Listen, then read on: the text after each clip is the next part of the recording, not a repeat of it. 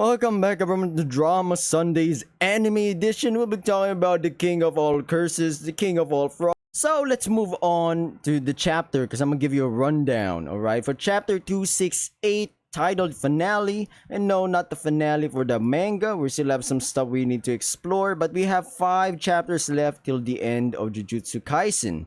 Comment down below to correct me if I'm wrong. I believe it is 5 chapters. Could be a mistranslation. Either way, let's go back to it. So the first panel, we have Sukuna Smackdown talking Megumi. Just how do you think you'll be able to go on? And then we have a sussy mistranslation there. Could be mistranslation. I don't know. Sukuna's all mouth inside Fushiguro's soul. That's hella sussy. Maybe Pyrocynical would like that actually, because it's talking about Vor. Next panel, we have, you had your body stolen by me. You murdered your own. More yapping by Sukuna. Is trying to once again weaken Megumi's will or soul power. I don't know how willpower, I guess, to be exact, when it comes to living. So he could just swallow him whole. Once again, more Vor stuff. It's quite fetishized. Well, I'm kidding. It's not. Oh, there we go. Yeah. Next panel, we have Sukuna trying to suck him up, I guess. You know, trying to slurp him up like a slurpee from, like a slushy from 7-Eleven. Give it up. You can't live a proper life anymore. Just relax and leave it all to me. But then Megumi hits him back with a philosophy hit right here. Straight up gangsta. You sound desperate, Sukuna. Is it because there's only one left? Talking about the finger. Only one more of your fingers? This is a special way to turn yourself into a cursed object, which means that if Itadori takes no care in tearing you from me, here you'll die. Plus, that resonance isn't all good news for you. If these 19 fingers disappear, that lone finger won't have enough pull to connect your soul to it. Even something like you fears death. From the very start, I never intended to live a proper life. Sounds obvious, but there's tons more people in this world than just me. Just once more, I think I want to try living for someone else. And then we have Yuji's domain expansion finally shutting down or shattering. And then Yuji coming up here, hitting him with that. Yep, yes sir. Separating Megumi and Sukuna from each other. Brother, what's that? What's it gonna be, Sukuna? Release Fushiguro, return to my body once more and I'll spare your life. Let's try it one more time. Living not by cursing someone but by existing alongside them. Even if no one else will accept you, I'll live with you.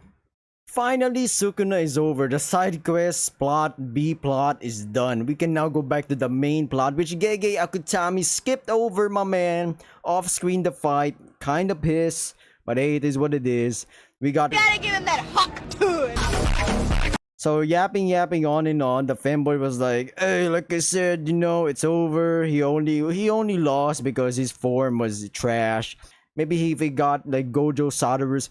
So what he's pretty much making excuse after excuse for Sukuna.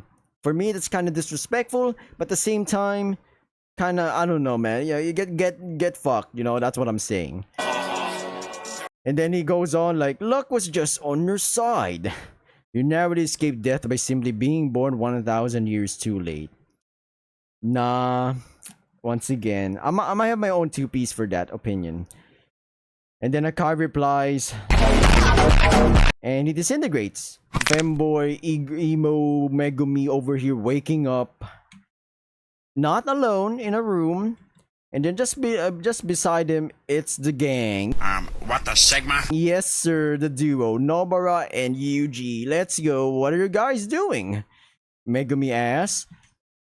And then they reply, trying to pull a Kugisaki Lives prank. Oh, my bad.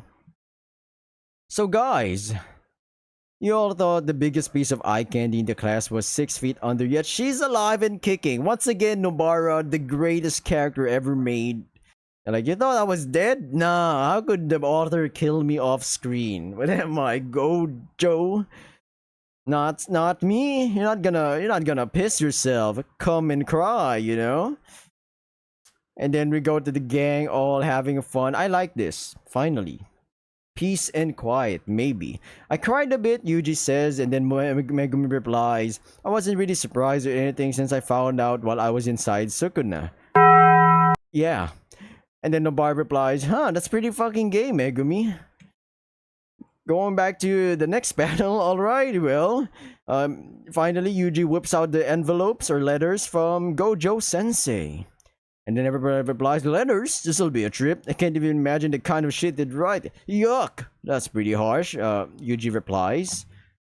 There's only two? Yeah, there's nothing for me. One for Megumi, one for Nobara.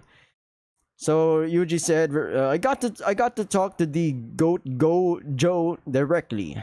Both halves of the matter. The upper and the lower. Whoa! Alright, let's get this over with, Megumi replies.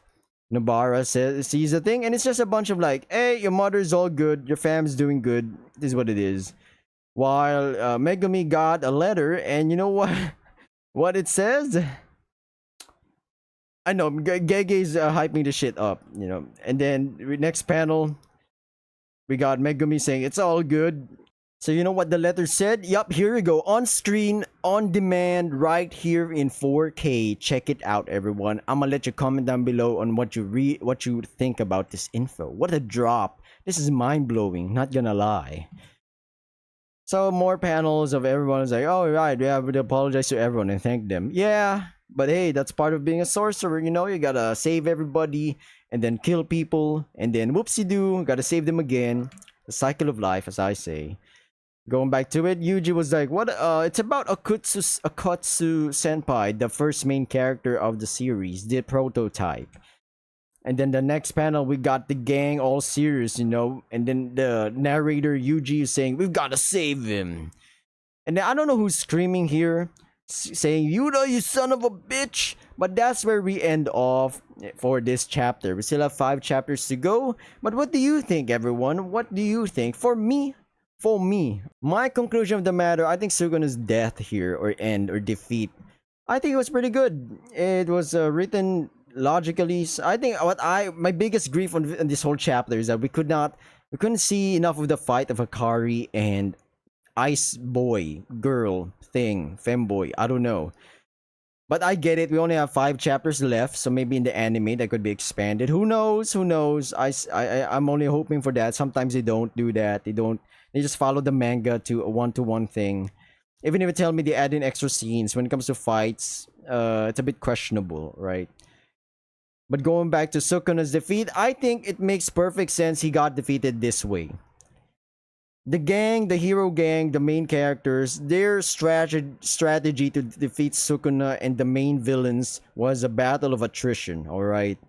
They knew there was gonna be sacrifices along the way, and it paid off. They got Megumi back, Sukuna became fucking, I don't know, cum stain on the floor, and Femboy got dusted.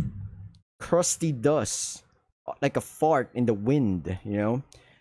Kenjaku got beheaded by the OG main character. So overall, I think it's a win-win.